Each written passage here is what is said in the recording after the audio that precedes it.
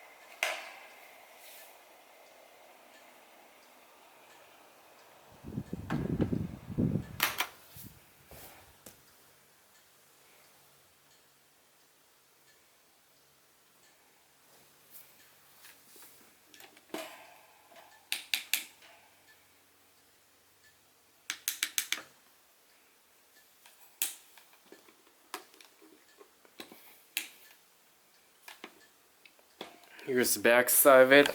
This motor car design is the exact same off the 16-inch Panasonic I have, but no carry handle. I like how this has a carry handle for easier mobility of bringing this fan from one place to another.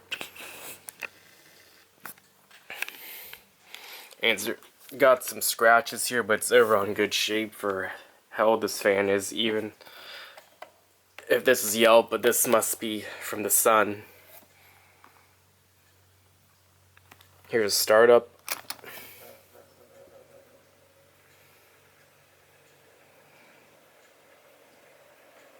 Really quiet fan. These are the fans were from back then.